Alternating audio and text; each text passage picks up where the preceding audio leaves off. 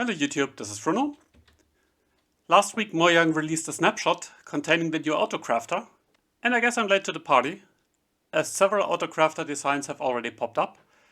But mine are a bit different than the ones that I've seen, so I hope you enjoy them nevertheless. I will show you a variety of compact and fast crafter setups, from simple one-wide tileable, double-speed designs that you could use in a gold farm to craft nuggets to ingots, to a very universal setup that can craft items with anti-slots, like shields.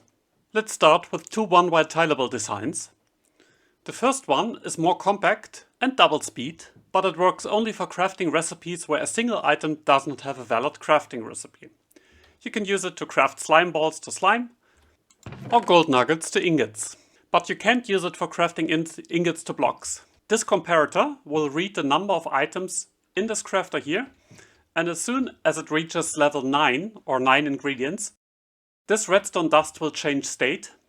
This observer will read the change, this observer propagates it and relays it to this dropper here, and the dropper weakly powers this crafter.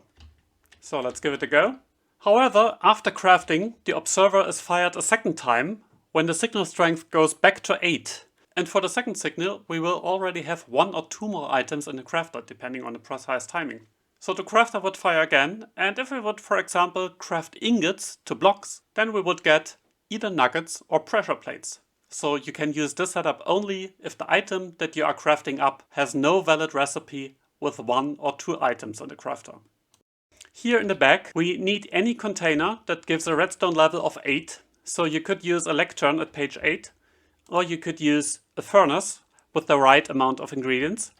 We can also use a crafter and just disable 8 slots, and this will also give a redstone level of 8. So these crafters give us a very easy way to get any redstone level between 0 and 9. This is so much easier than lecterns or containers. The second design is not as compact, and it's only single speed and unfortunately a bit noisy because it uses pistons, but it does get rid of the double signal by pushing the observer back and forth, so we get only one signal for the crafting. And here, as expected, we only get gold blocks. Otherwise, the principle is very much the same. And the reason why we need a solid block here is because we need to power the crafter here. Now, if Mojang would allow us to quasi-power the crafter, and I would expect this to happen in one of the next updates, then we can use this design here. Basically, we just have a hopper instead of the block, and then we would have a double speed crafter for the same thing.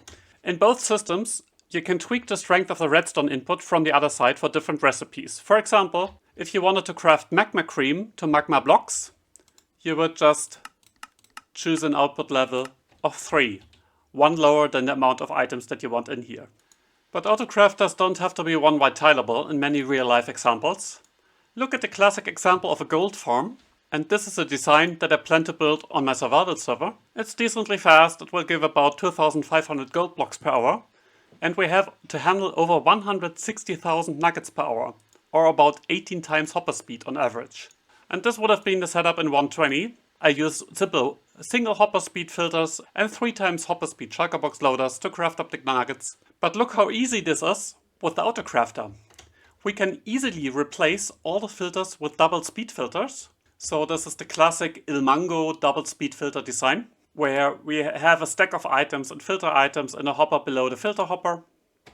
And we can send 3 columns, or nuggets at 6 times hopper speed, in one crafter that is hidden behind here. So we have 2 hoppers coming in from above and from the back. We have 2 droppers that also receive nuggets at double speed.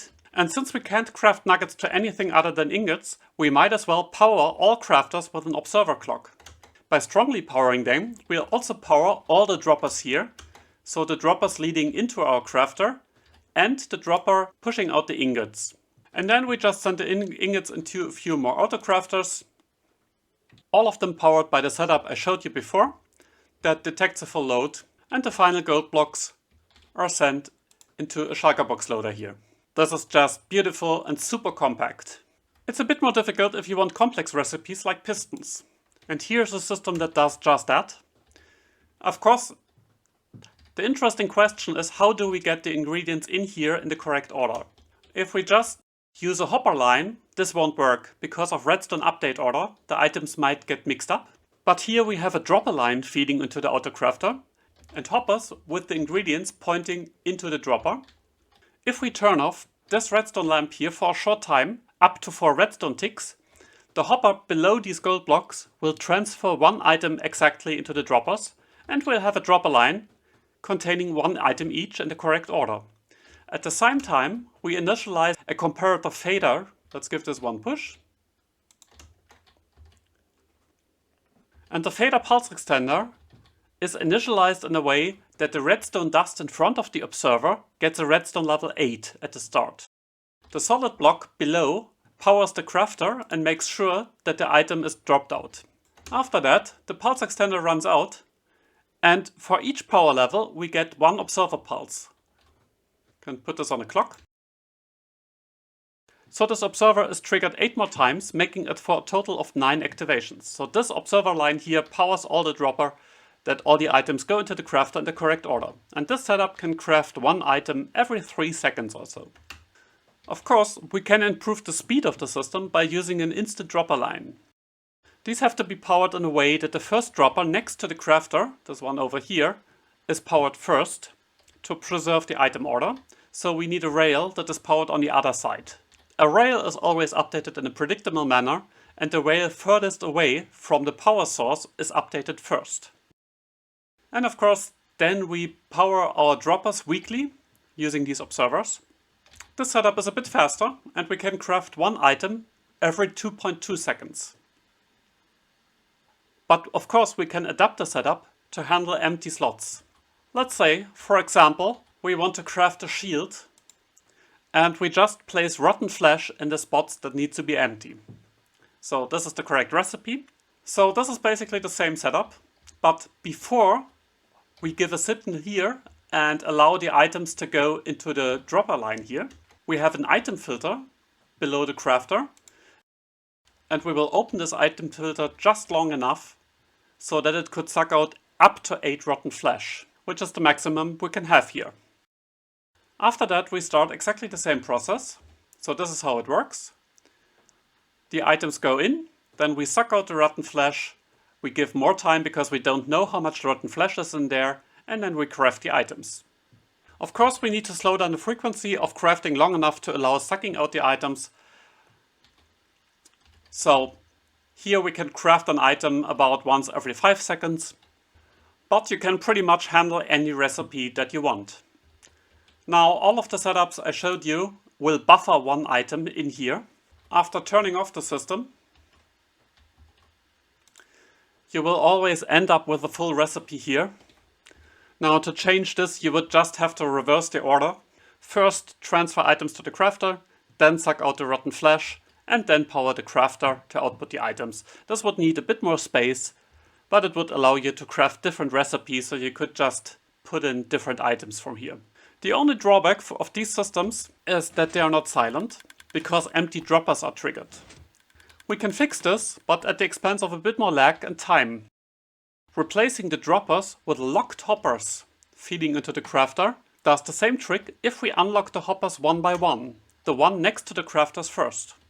This is once again done using a comparator fader pulse, where the redstone signal slowly deteriorates. So at the start, all of the hoppers are locked, and then they are unlocked one by one.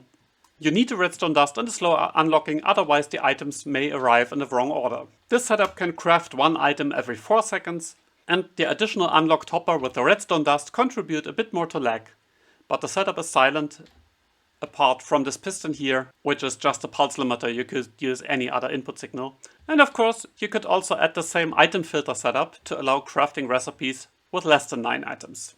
So this was a quick video on a very exciting new features. I love it. And I hope you saw some Autocrafter setups that you liked. Thanks for watching. Leave a like if you want to see more content like this. And see you next time. Bye bye.